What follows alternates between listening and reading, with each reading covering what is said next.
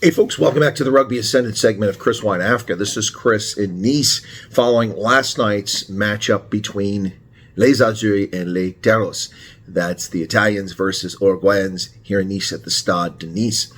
Well, what an incredibly interesting first half as the Italians moved out to a quick try, but the Uruguayans did not give up right there.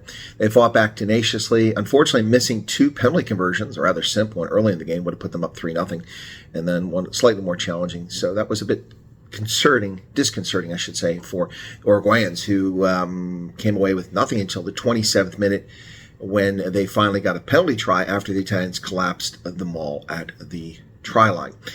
And so that was awarded to them. So that tied the game up at 7-7, and it stayed that way until nearly the end of the first half when the Uruguayans scored in quick succession. They managed to get deep and then score a try. This one was by Nicolas Freitas, who scored in the 37th minute. And shortly after that, before they went to half, the Uruguayans under Felipe Echeverri did a drop goal, and they went to the locker rooms with a 17-7 lead over the Italians, one of the top-rated sides in the world, in the top dozen or so.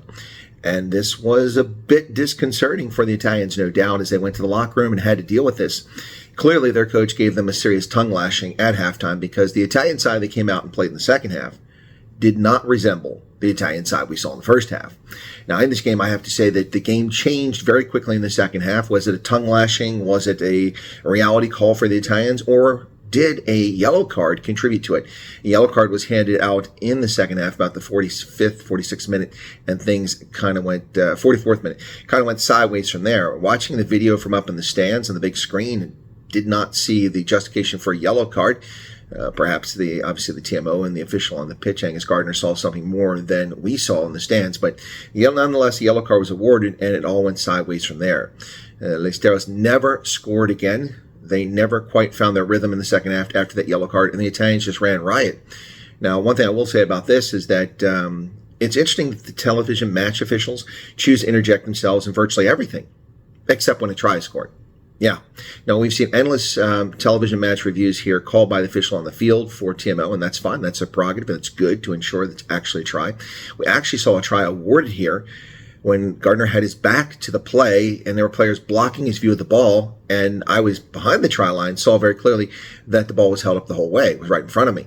And I'm like, what, you're awarding a try? Well, he went to the TMO, and the TMO helped him see clearly that, in fact, the ball never touched the ground, no downward pressure. It was, in fact, held up, and that try was disallowed for the Italians. This was after the yellow card, but they scored one shortly after that, so it balanced out for the Italians.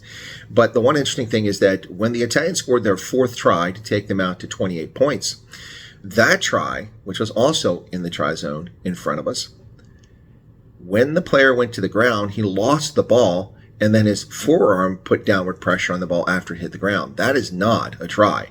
That's a knock-on, and the ball should not have been given a try. They should have awarded the ball back to Uruguay. But nonetheless, Uruguay was outmatched in the second half. They couldn't keep up with the Italians. The Italians, who many people, including my co-commentator here for a number of videos before this, Nas Bota, the South African rugby legend, also said the Italians looked pretty good. Well, they looked good in the second half last night. They actually had two yellow cards simultaneously, one for a player collapsing them all and another one was given. So they had two players out. And when Uruguay, being up two players, didn't really capitalize very much on that. That's unfortunate for them. But the Italians scored try after try when that yellow card was issued to Uruguay. And that's where the game really turned in the second half. Anyway, folks, that's a summary of the game. And the Uruguayans now have played France and played them tough. They've played Italy. They've played them tough. Their chances for scoring a victory here in the pool stage come the next two games. The Italians find themselves at the moment at the top of their pool. They're actually in first place in Pool A. Interesting. Now that's because they had the bonus points in both games after slaughtering Namibia 58-8, if I recall correctly. And then here in this game, they have defeated the Uruguayans 38-17. So the Italians sitting atop the pool for the moment. We'll see how long that lasts going forward. They are running into tough, stiff competition coming up very soon. So they're going to have to prove their mettle. But for the Uruguayans, they've put a good faith effort, good effort here in the first half, and shocked many people around the world by leading this 17-7.5. Nonetheless, they come up short in the second half and disappoint their fans. But I'd have to say their fans are not really disappointed because they really did put a good effort on the first half. Just when that yellow card came, things went sideways, and they never recovered. From Nice, this is Chris. The next game up is Marseille tonight, and it'll be New Zealand versus Namibia, if I'm not mistaken. That's correct. France versus Namibia. New Zealand's already played Namibia. France, and we'll be hearing the French national anthem sang with a great deal of gusto tonight in Marseille. I'll be at that game. And then tomorrow it's in Saint Etienne. It's Argentina versus Samoa. I'll also be at that game. And then Saturday, I'll be flying to Paris, where I'll watch South Africa face Ireland, the world number 1 Ireland, the world number 2 South Africa, in the marquee matchup of the pool stage of Rugby World Cup 2023 at St. Denis, the Stade de France. Well, I'm calling for a Springboks victory by 7. Hope it's a lot more. But Ireland is a tough matchup, and as is South Africa. It should be interesting. I expect to see a sellout. One disappointing factor at last night's game, it rained a bit, but that was before the game, not really much during the game.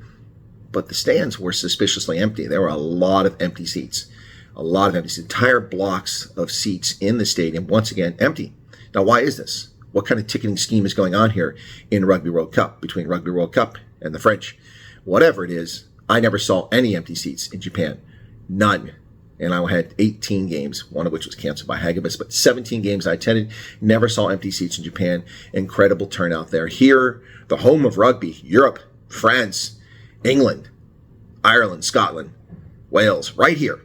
And we have masses of empty seats. And of course, for many of these games, there were no tickets available. You couldn't buy tickets for months on end.